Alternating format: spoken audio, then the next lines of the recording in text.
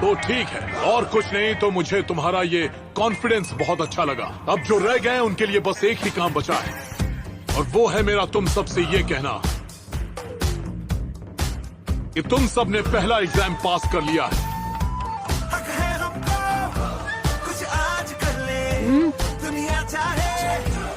जहां तक तुम सब की बात है, तुम सब मेरे दिए हुए 10 सवालों का जवाब देने में कामयाब हुए हो। तुमने अगले पड़ाव में जाने का हक हासिल कर लिया है। पहला पड़ाव पार कर लिया है। अरे वाह, हमने कर दिखाया। एक हिस्सा खत्म। ये वो लड़का बड़ा ही अजीब।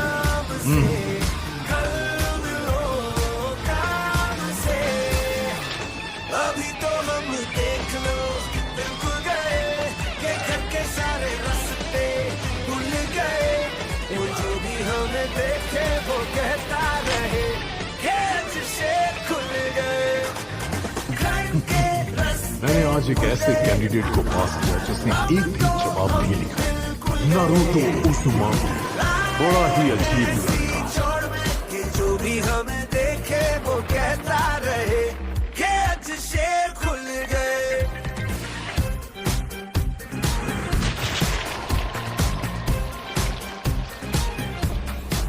मुझसे नशे में गलती हो जानी है आज तो, यारा संभलना कोई हो जाए। The Chunin Exam Stage 2, विनाश का जंगल।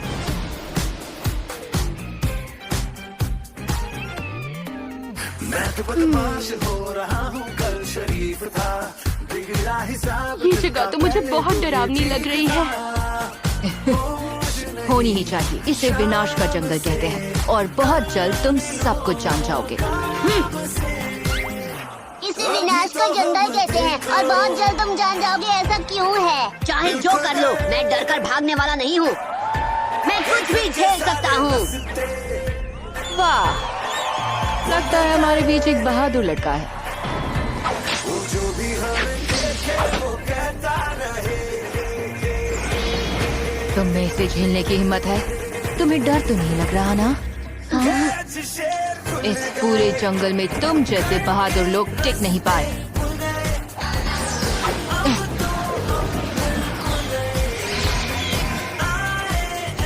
मैं तो बस आपका नाइफ लौटा रही थी। ओह, थैंक यू ग्रास निंजा।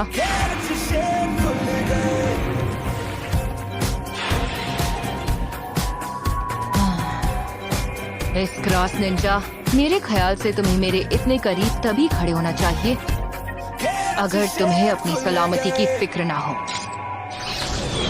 माफ कीजिए, वो तो बस इसका जख्म और आपके नाइफ की धार देखकर मैं बस थोड़ी एक्साइटेड हो गई थी सेंसे। मेरा इरादा गलत नहीं था।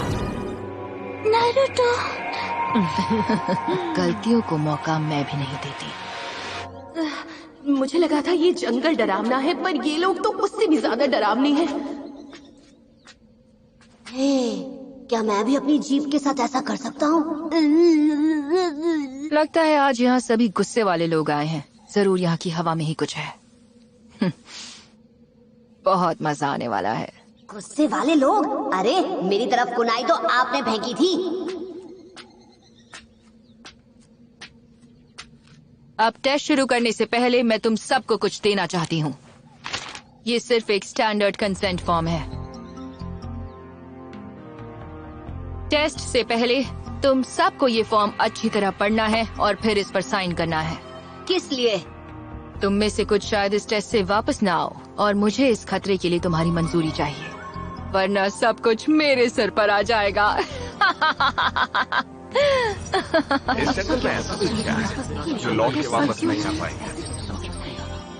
ध्यान दो, मैं समझाती हूँ तुम्हें इस टेस्ट में क्या करना होगा। लो, इन्हें सब में बांटो। सबसे पहले ये जान लो कि ये टेस्ट तुम सबकी सर्वाइवल स्किल्स को अच्छी तरह परखेगी। सर्वाइवल? क्या मुसीबत है। और सुनो, मैं तुम सबको प्रैक्टिस फील्ड पर इस इलाके के बारे में बता देती हूँ। 44th बैटल ट्रेनिंग जोन के 44 लॉक्ड एंट्रेंस गेट्स हैं।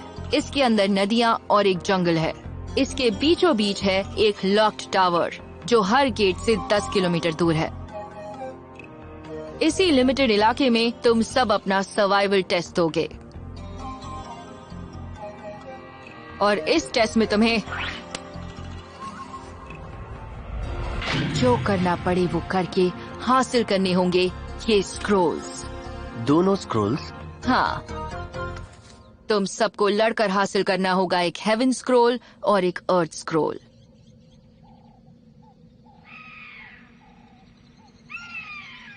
तो कुल मिलाकर 26 टीम्स इस टेस्ट में हिस्सा लेंगी।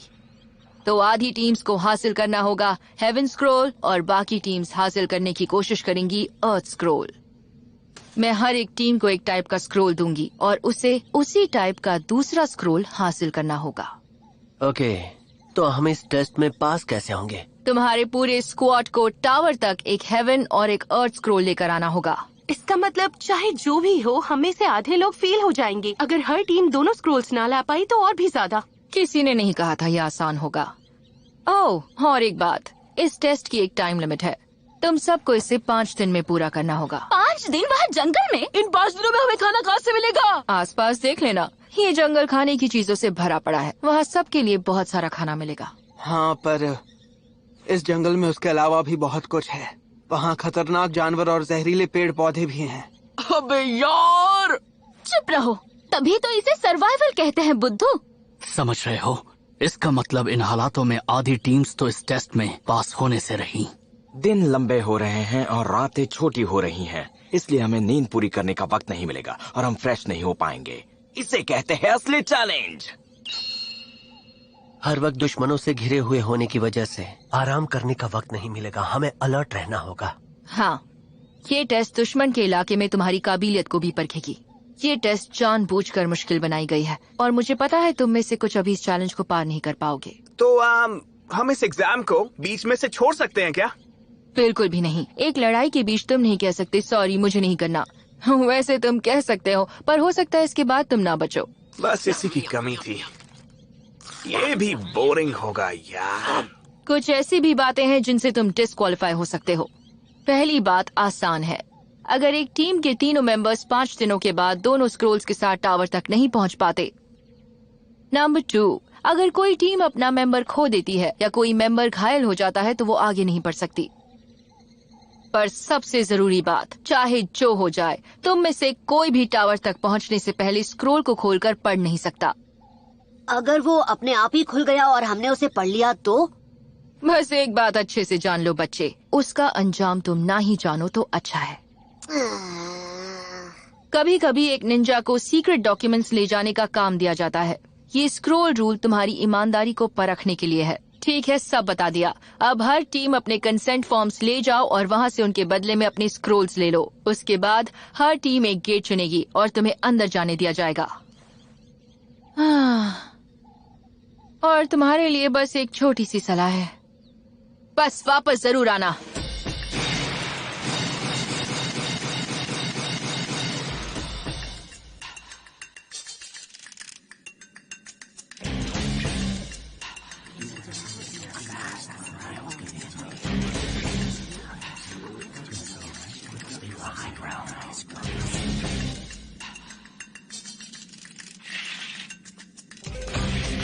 मैं समझ गया हूँ। हमें पता नहीं होगा किस टीम के पास कौन सा स्क्रोल है और ये भी पता नहीं होगा कि वो स्क्रोल किस टीम मेंबर के पास है। जिंदा रहने के लिए हमें सीखना पड़ेगा कि जानकारी कैसे चुराते हैं।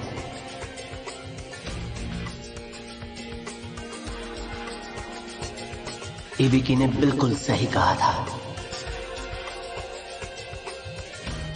यहाँ पर सभी को इस टेस्ट में पास होना है और ये सभी मेरे दुश्मन हैं। लगता है इन्हें समझ आने लगा है कि इस टेस्ट में इन्हें क्या करना पड़ सकता है। अरे वाह, जरा देखो तो यहाँ हारने कौन चला आया।